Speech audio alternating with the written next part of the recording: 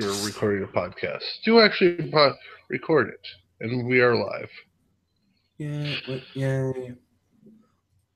Well, everyone, welcome to the second official episode of Jeckyllcast. That first one was, I'm going to list as an episode 0,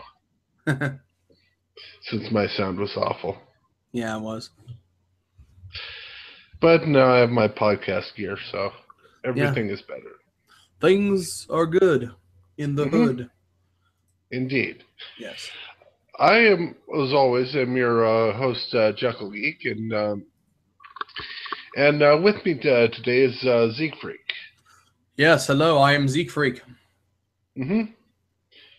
And before we go any further, let me introduce the five first rules of Jeckyllcast. Rule one is unless there's some exception, we'll cover one series per episode. Although we will go into franchise matters easily enough. Yeah. Like so-and-so the movie. Yeah. Second, please all guests and hosts refrain from explicit language. I'll try. Okay. Well, I'll try not to goad you. Yeah. Third rule. We will probably not cover any overly mainstream stuff in the Jeckyllcast unless I feel like breaking the rule. This does not mean I hate anything that I cover with the Rule 3 exception. It's just that I feel my energy is spent hyping up shows you probably don't know about rather than telling you to watch Ghibli movies like you probably should have. Yeah. Rule 4. Avoid excessive politicking in the show. Yeah. This does not mean stuff like you're allowed. Although that would be definite Rule 3 violation. If we were, say, Princess Mononoke, definitely environmental stuff would come up, but Yeah. please do not try to turn this into a Kotaku article. Yeah. And Rule 5, the provisional rule. Always remember, the hawk gets the at least half of the leftovers. Yes. Obviously. So, Mr. Zekefreak, what have you been doing lately? Lately I have just been marathoning the fuck out of Yu-Gi-Oh! Every night. Excellent. Yeah. One question, though. Do you actually believe in the heart of the cards? Oh, so strongly. It's practically, if I had a religion, it'd be up there. Okay. Whereas I believe in the Sign of Zeta and Jurassic My Soul. Right. But this is not time for religious arguments. No, not yet. There's another day for those. Oh, yes. I've been, if you've listened to the first episode, the Jeckyllcast, the War on Tans, you pretty much know most of what I've been watching lately. Although I have picked up a couple shows, which I want to talk about shortly. Mm-hmm. Last episode of Otaku Midnight, someone recommended and talked about a show called Prison School. Yes, right. It might have been me, even. In fact, I think it was you. Probably. I think I was the only one there who'd seen it, so, yeah. Oh, yes, and I've seen the first 2 episodes. Mm-hmm. I think the word, my first comment would be, this show is sick, disgusting, and wrong. I need to see more. That is a common reaction. Yeah, so the thing is, it's a very sexualized show, but it knows what it's doing. It doesn't feel like ecchi show number 432. No, it's very it's not meant to titillate you. It's meant to disgust you almost. Oh yes, It's a revolting, but it's an intentional, purposeful kind of revolting. oh yes. Yeah. Unlike Aiken. Yeah. Unlike Aiken. Yes, it's maybe. Well, the thing is, I've only been able to catch 2 episodes, but it is a very interesting show. Yeah. Yeah, I haven't been able to think of the broader philosophical underpinnings, but Yeah. I feel almost there are some. But It's not the kind of thing that is shoved in your face. It's you gotta look at the thing and you gotta be like, what is this not representative of, but what led to this, I guess, Um oh, okay, yeah. It's like and maybe it's not something that everyone will see, but it's something that I saw. And even if you don't see it for those aspects, I think later on, especially, it is a very well directed and very well paced prison drama that is also occasionally hilarious and disgusting. oh yes. Yes. Oh, one question though. Have you seen Detroit Mel City? No, I have not. Um, I'm the show's prison school kind of reminded me of it in its own weird way. Hmm. It's it's about this geeky guy who's the front of this death metal band, Yeah.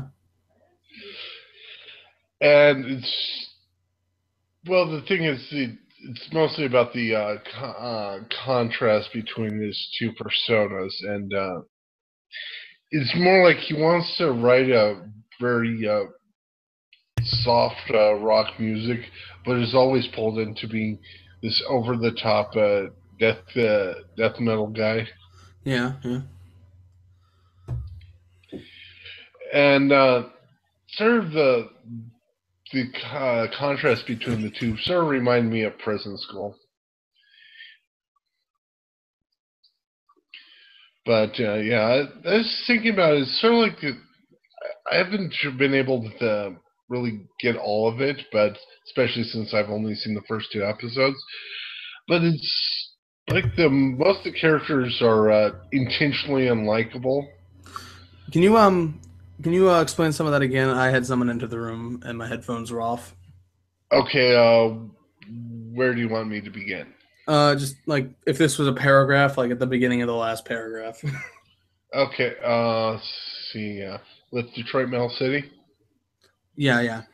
Okay, it's about this geeky guy who is wants to write like silly love song music, but is pretty much forced into becoming this lead of this death metal band, Right. a very popular death metal band. But Mhm. and there's just a wide contrast between both of his personas, and it's sort of like you see those television episodes of for kids. It's like show about being yourself. Yeah. Detroit Metal City is sort of like the show about being yourself and the hilarious consequences of what happens when you don't. Yeah. Sounds interesting. Hmm. Mhm. Whereas, yeah, I've noticed Prison School is most of the characters are deliberately unlikable, but that's the whole charm of it. Yeah. But I think it's like I think given the setting, it's like you have to expect a certain level of that, and when you peel away, I think things look better for them when you peel away sort of the veneer of the world that it takes place in. Oh yeah, that it's pretty much everyone's stripped to their their basest urges. Yeah, yeah. It's very very base. Oh yes, but and I look forward to seeing more of it. Unfortunately, my computer's been kind of wonky, so Yeah. haven't been able to see the third episode yet. All right. But other than that, anything other interesting happened to you, Zekefreak? Not at the moment, no. Okay, most excellent. Well, I wouldn't say. Sorry, So, things have you know been that. go on, go on. Okay, that sort of feeling of wanting to say something, and you realize how utterly brainless and automatic your responses are. Yeah, yeah. So, It's just sort of it's a mood, really. yeah, it's like, oh, how are you? It's like my Cool. dog Yeah, died of good. cancer. That's Oh, nice. yeah, yeah. Ultimate test to see if someone's actually paying attention, I guess. Yeah. Well, the thing is, I just woke up. I think about 1 hour, 1 to 2 hours ago, and I've been medicating myself through energy drinks. Oh yeah, it's been so hot here. I've had trouble sleeping too. I've had to like Um, I've had to like take melatonin and stuff, and sometimes it works, sometimes it doesn't. hmm Okay. Yeah, and the weird thing is that most doctors say an adequate dose of melatonin is zero point 0.3 milligrams, but hmm the actual tablets are 3 whole milligrams. Hmm. So we're literally taking 100 times the recommended dose, and it can still not work. And I find that hilarious. It's Then like again, taking up. then again, if it was actually zero point 0.3 milligrams, it would be a very, very small pill. Yes, or just a lot of placebo. Yeah, just a lot of sugar. Like it'd be like 90% sugar pill and like hmm 10% melatonin. Sort of like Flintstone's vitamin. Yeah, or maybe it'd be like one of those digestible plastic capsules that just has like a little dust in there. If you ever take an Adderall, that's what that looks like usually. Okay. No, I've not taken Adderall, so I haven't taken Adderall since high school. okay. Yeah, but enough about my medical history. Yes, on to anime. Yeah. Let's see. I think you have any more shooting the excrement to talk about? No, not particularly. Okay, so here's where we're gonna cut out, Right. and you're free to take any sort of bathroom breaks if whatnot. All right. Yeah, I'll use the bathroom 1 sec. Okay, I'll do the same. All right. All right. Be right back.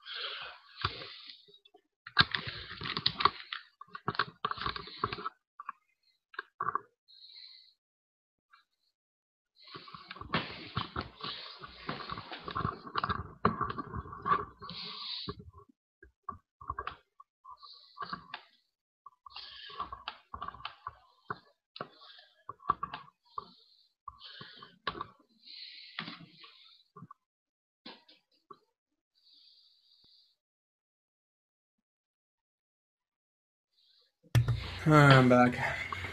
Okay, as am I, so.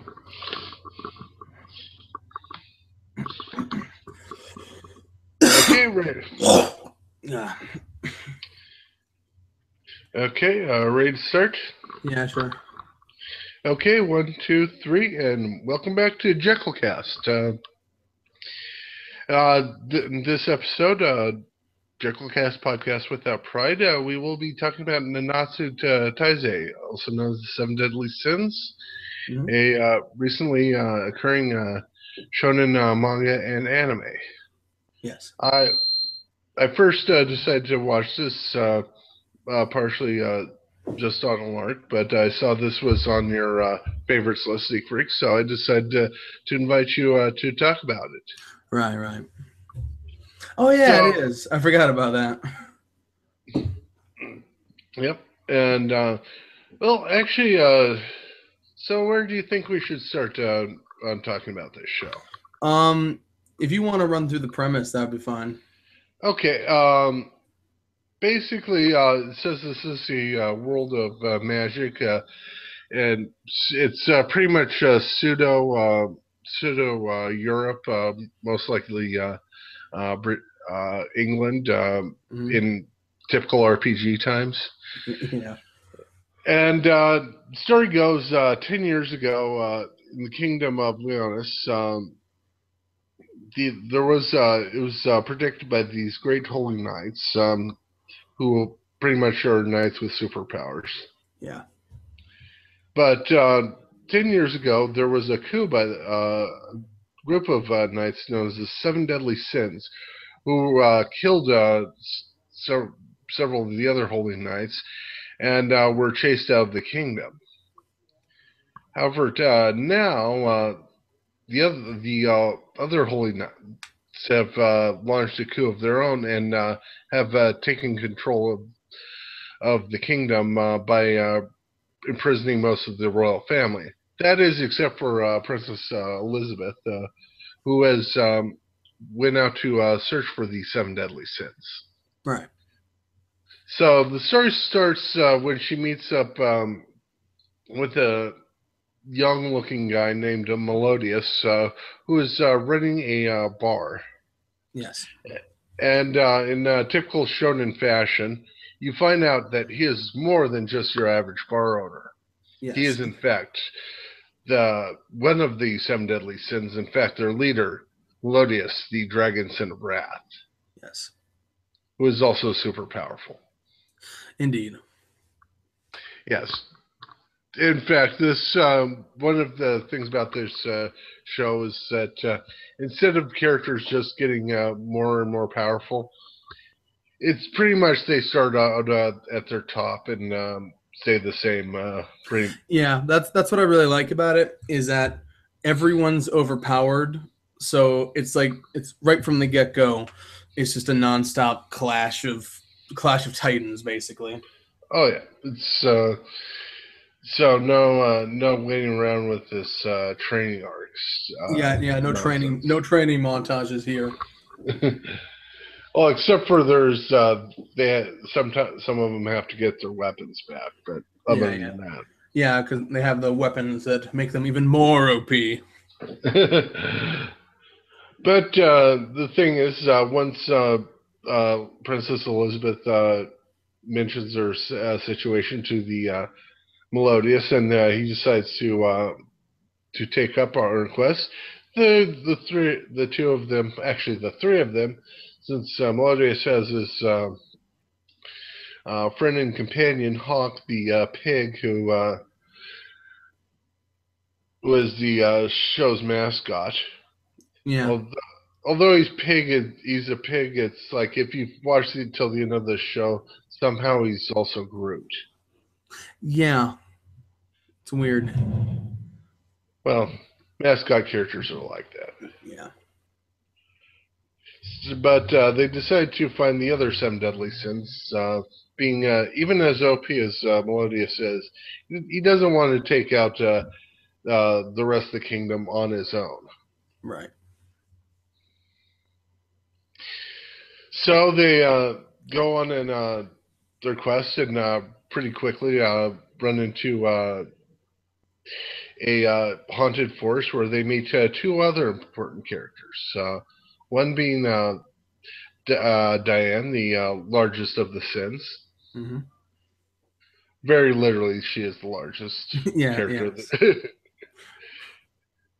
And Guilt Thunder, who is the first real protagonist.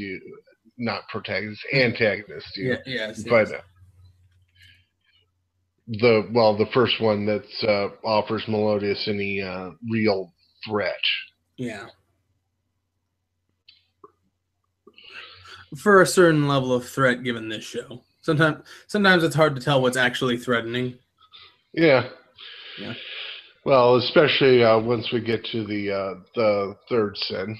But Yeah. it's they meet up with Diane. She is infatuated with Melodious Mm-hmm. for reasons. Yeah. But they actually Guilt Thunder Melodious tricks Guilt Thunder into spilling the locations of two of the other sins, Right. and they go off to a prison to find out the third one. Yeah. And there's some I'd say slightly forgettable villains in the prison. Yeah. Yeah, it's There's so many holy knights they can't all be winners. yeah. Yeah. But they find out the third sin, a guy named Vaughn, who is in prison there, and that's when you mentioned it's difficult to find out what's an actual threat.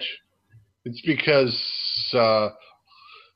it's people like Vaughn is because he's pretty much easily hurt, but he's invincible because Yeah. It's like because he's immortal, he gets the shit beat out of him the most, but yeah. it's hard to tell when that actually is a disadvantage. Oh yeah. But actually, the first four sins that you run into are the most detailed of them, Mm-hmm. and it's well, actually, the third and fourth have a history, sort of a tangled history together. But Yes.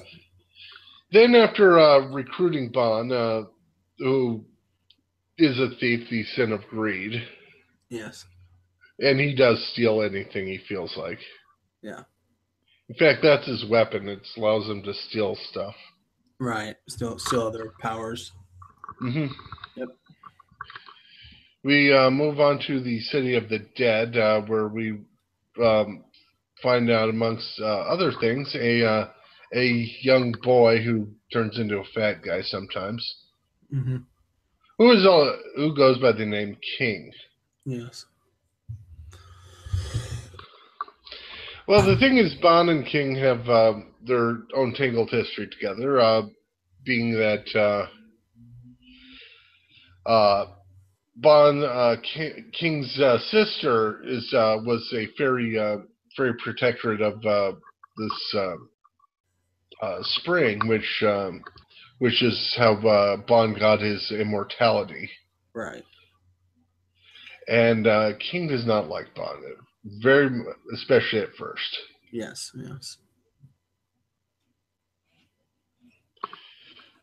One thing to note: those two are the most popular characters in the show. Yeah, but by a huge margin. If I recall, like the last character poll, I think King won by something like 80% or something. Yeah, it was like 150 to him, 150,000 to him, 30,000 to Bond, and like 12,000 to the other third runner-up. Yeah, whoever that is, who cares? Well, I guess we should care, but I've rarely ever seen a character poll that is that unbalanced. Yeah. But well, honestly, especially as I'm trying to figure out how much spoilers I want to give out. Mm-hmm. But yeah, those they do have a very interesting past. Yes. So it's not completely unwarranted, and also King does have an interest in Diana, which will also be revealed in the second half of the show. Mm-hmm. Which reminds and sort of we get to this point, and it sort of explains why I really wanted to start cover this show. Mm-hmm. Is it's because it's a very straightforward shonen show, but say the its main one of its main draws is that it's only 24 hours, and it still feels like a complex show. It's 10 hours, 24 episodes, but Yeah. yeah. Oh yeah,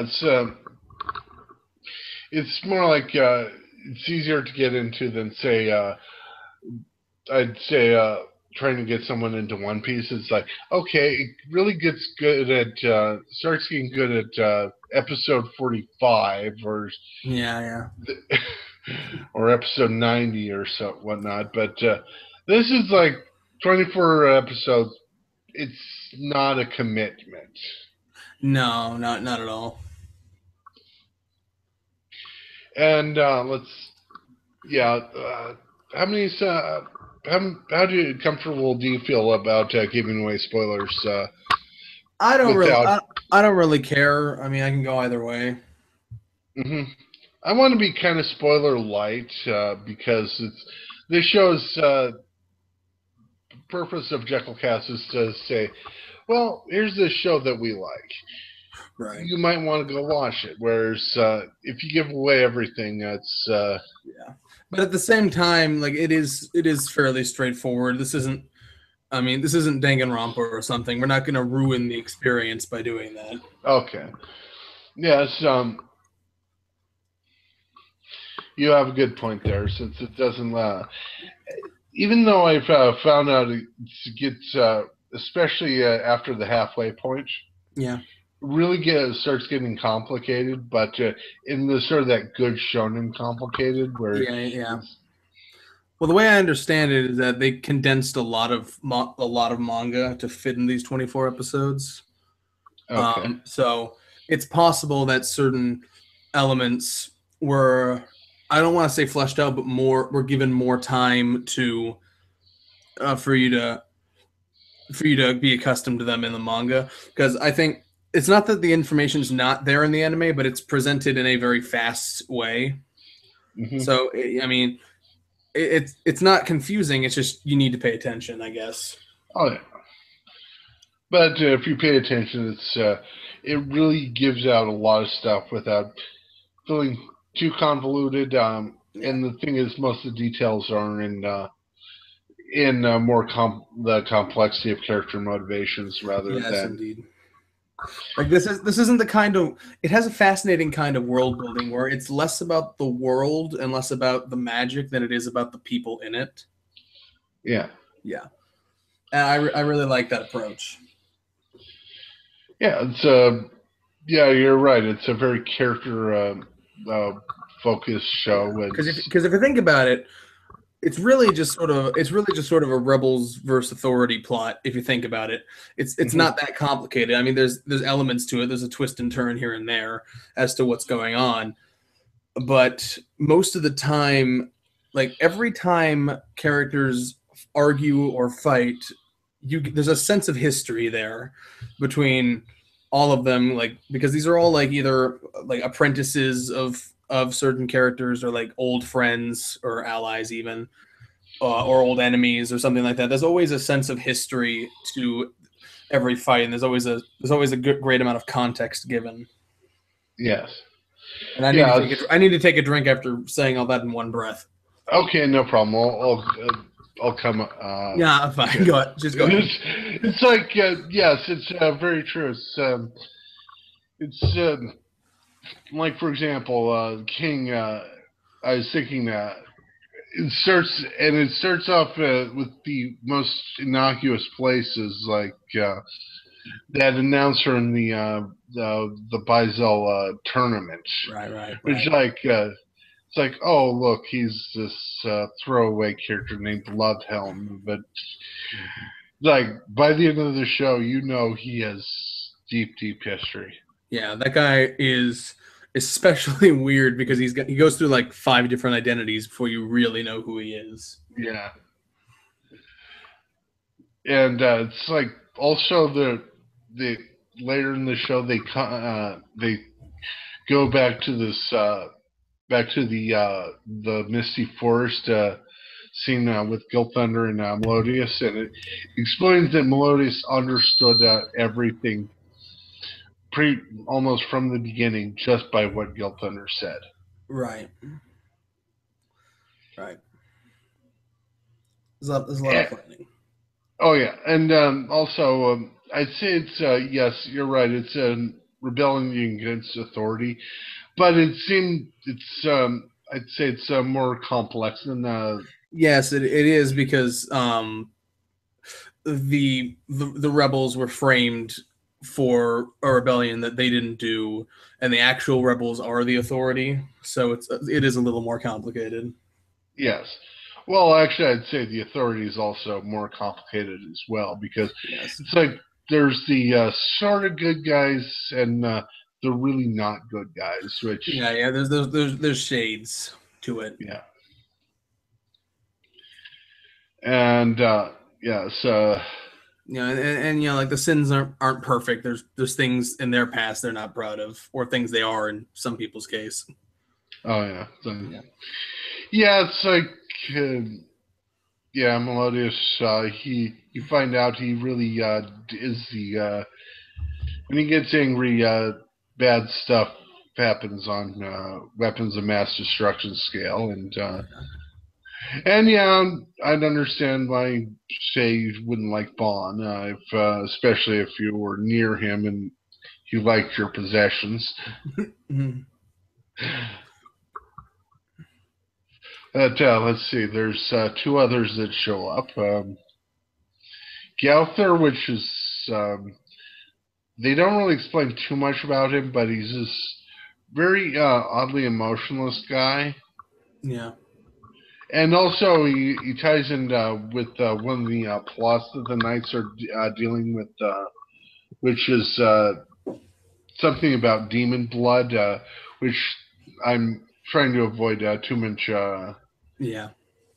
too much spoilers. But it's the Knights are experimenting with demons in a way to bolster their own powers, and also Yes. to I I don't know how early this is given, but to they're looking almost looking the higher ups are looking for a reason to fight a big crusade for some reason. Right. They're warmongering. Yeah, Yeah. because I think it's pretty much what said. In times of too much peace, what is the exact need for us? Yeah. Yeah. Well, it's one of those once a soldier, always a soldier sort of things. Yeah, it's just they it's sort of interesting in its own way because you really think about it. What would be the whole point of it if you pretty much cause your own problems? Yeah.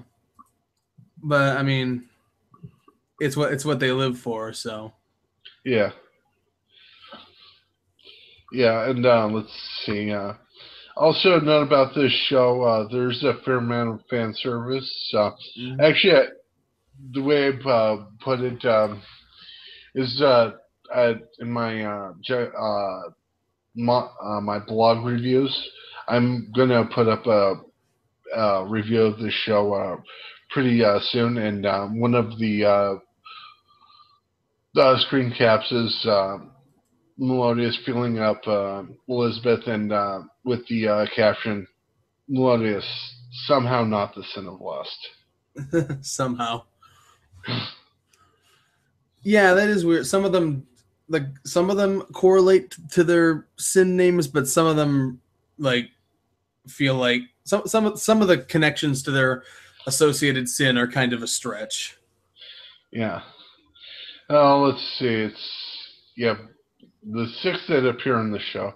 That's partially the this episode what I did because it is the character relating to Pride doesn't show up in this.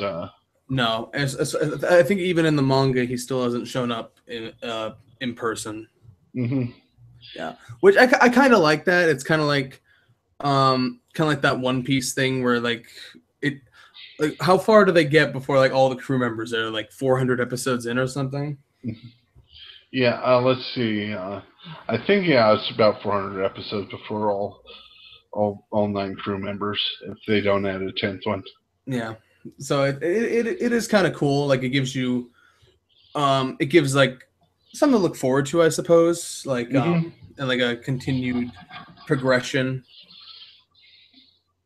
Very true. I think it's hard to resist the temptation to begin a story like, oh, they all met in a tavern and then they set out on an adventure. Like, no, like they got to like they set out to find these people, and some of them are difficult to find.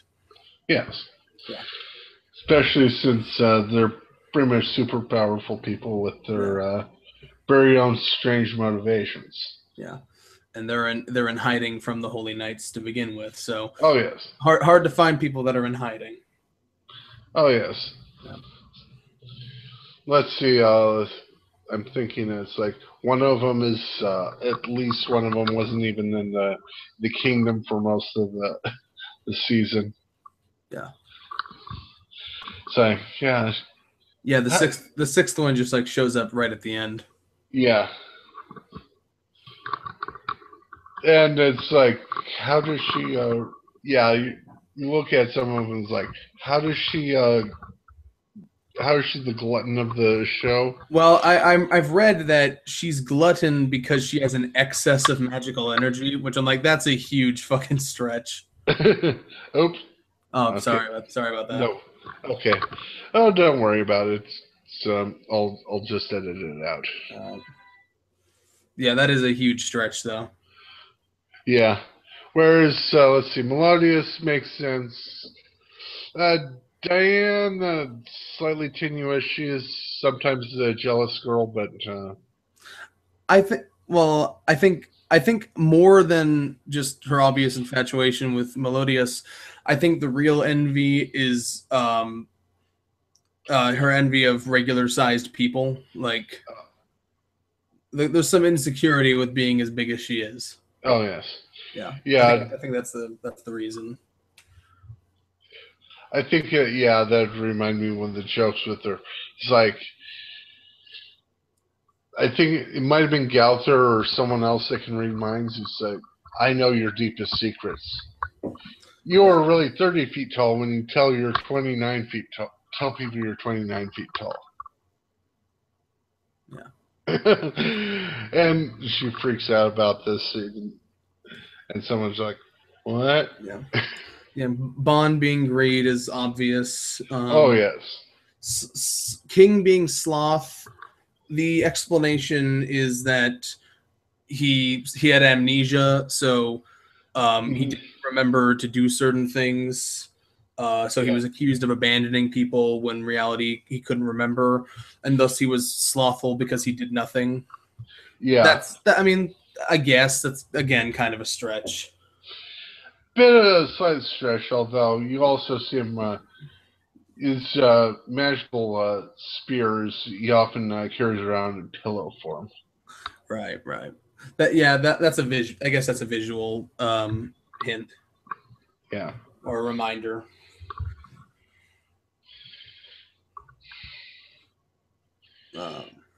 Let's see. The thing is, there's a lot of twists that I don't really want to go into because otherwise it's okay. It's like I spoiled the whole show, but it's I really say it's a really fun show. It's like like it's a even though at the end they put in points where uh, they say okay, there's definitely more material coming up. Yeah, this feels like a solid. This feels like a solid conclusion to an arc, though. Like it feels Yeah, like you're getting, if not the whole story, you're getting a full installment of it. very true. Yeah, that's where I was going. Is that at the final episode, it has that final episode feel to it, Yeah, even though at the end it's like, oh yes, the journey continues. yeah. It's like it's like the first part of a trilogy or something. It's like it's a film in itself, but it Mhm. goes on, and hopefully it will go on. I know they like rode right up to the tail end of the manga with this adaptation. Yeah, I can't remember how it sold, but I remember it did really well in ratings for some reason. that's It, good. it, it ranked on like the top 10 Japanese animation rankings at number 10, but still most late night anime never breached that chart, so that's Oh yeah, impressive. oh yeah. That's and I'd say it deserves it. And although unfortunately, I don't think there's any place that's licensed this show yet. No, there was a rumor that Netflix picked it up, but nothing seems to have come out of that. So who knows? Um, there's good fan subs by there's several fan subs. I recommend Fed subs because I like the medieval style font they use, which sounds bad, I know, but it's actually very easy to read. Oh yeah, Yeah. Yeah, like and I think another subgroup used like a really fancy medieval script that was like hard to read and too small, but the one that Fed sub uses is fine. oh yeah, okay. And besides, if you're watching the Seven Deadly Sins, you pretty much want to get your medieval on, so to speak. Yeah, it's a unique it's kind of a unique setting because it's like it's medieval, but it's also like shonen medieval, so it's brighter and more colorful than most medieval settings tend to be. Oh yeah, Yeah, yeah. As with calling out your attacks and yeah, yeah. Yeah. I guess I've never seen it, but I guess it has kind of like that JoJo feeling to it. I've yeah, I'd say sort of like it's every character that's worth talking about has their own power, so to speak. Yeah, yeah. And again, like it's just like the animation is great. Like it's all this. There's so much intensity to every punch thrown, so to speak. Hmm. Yeah, there's a lot of weight to the movement. Like that's why these fights are so intense and engaging, is because you can almost feel it. Oh yeah, it's like Yeah, yeah, it's with the yeah, especially that I was thinking that one fight with Diana near the end where she just gets the excrement knocked out of her. It's yeah, like, oh yeah, it's like it's awful because it's happening to Dion, but whereas it's like the same thing had happened to Bond. It's like you wouldn't have cared at all. because it's because Bond just walks it off. Like Yeah. he just like reattaches his arm or something, and he's fine. Oh yeah. Yeah. Like I'm not even necessarily I don't even remember necessarily if he can even feel pain. So, Yeah. you know, it's kind of like have you ever read Looking for Group? No, I'm not. It's like a WoW parody comic. There's like an Hmm. undead warlock who there's a running gag where people keep shooting him with arrows and he doesn't even feel it. Oh jeez. It's just, it's just like a small annoyance. Yeah, that'd be Bond and Galter as well. Yeah, yeah. Yeah, I think we haven't. Let's see. We can talk about Galter for a while. Sure. For a small part, it's like, yeah. Actually, I don't think you could about him too long because, There's not really a whole lot to say, really. yeah, it's mostly the first four sins that show up. The ones, i.e., the ones that show up in the first Yeah. opening. Yeah, yeah. Like you're with them the longest. I think Gauther shows up. I think episode 17, I think, 18 maybe. I was thinking 14. I don't know. Anyway, like a while in. Yeah. Yeah. It's what you find out about him when the after the buy-sell arc. Right, right. Because, well, he's that one character who's traveling around. You'd think Gauther is that other guy in the armor. Right. But no. Yeah.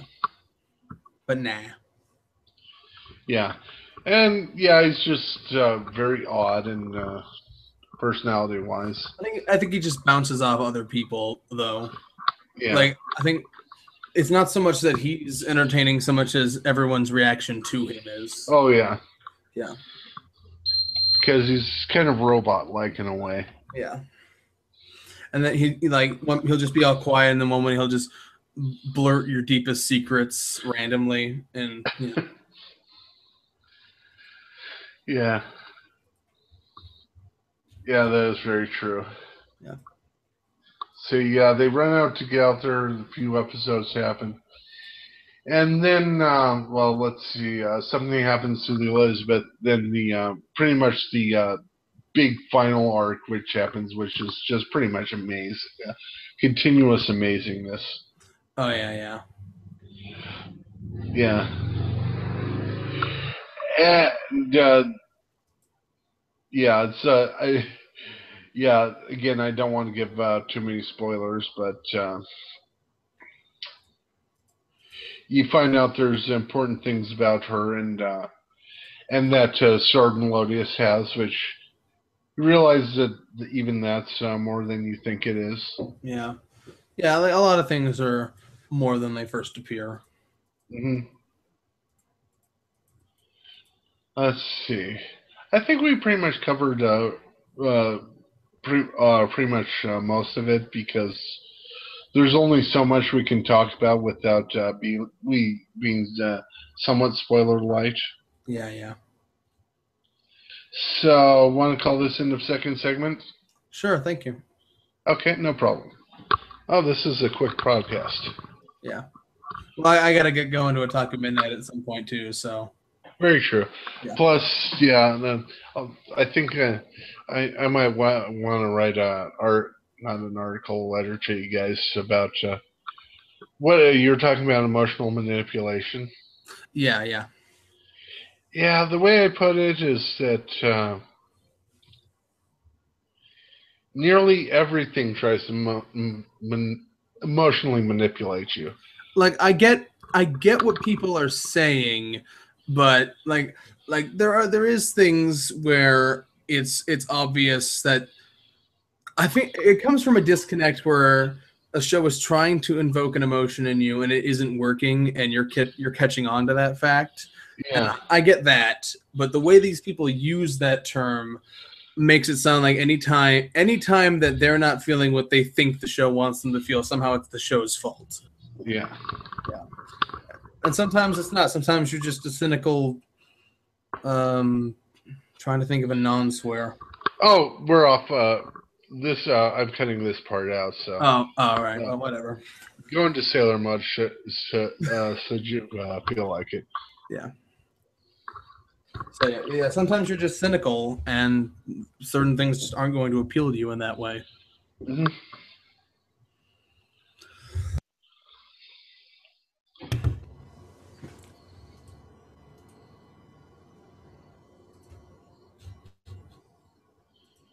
Okay. Any other breaks before we finish up? No, I'm fine. Okay. Okay. So, well, welcome back to this final installment. Not final installment. Final. The last episode, we've had a great run. Yes, in episode 2. Oh, I mean, it's short but sweet. Am I right? Yeah. I'm checking to see if we have any mail. Yeah.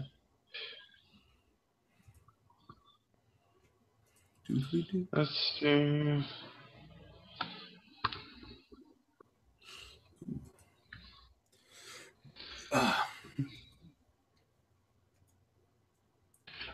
Checking that doesn't look like we have any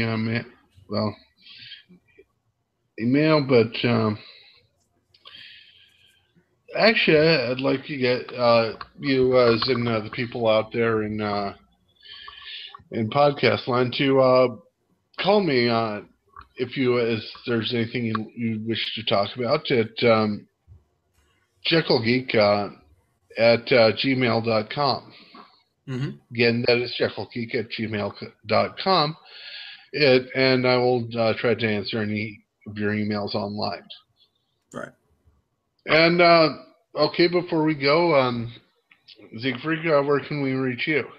Right. You can follow me on Twitter at twitter.com/Zekefreak, Zekefreek. Can't spell freak without free. You can listen to my podcast, The Baka Gaijin So, on my YouTube channel. That's also at Zekefreak. I'm going to be on Otaku Midnight later tonight in probably about an hour and a half, I'd say, on Cupid the Third's channel. Check out my Hummingbird at Zekefreak. That's probably all I have to plug right now. Okay. That's good to note. And just before we leave, just remember, give to me your leather, take from me my lace.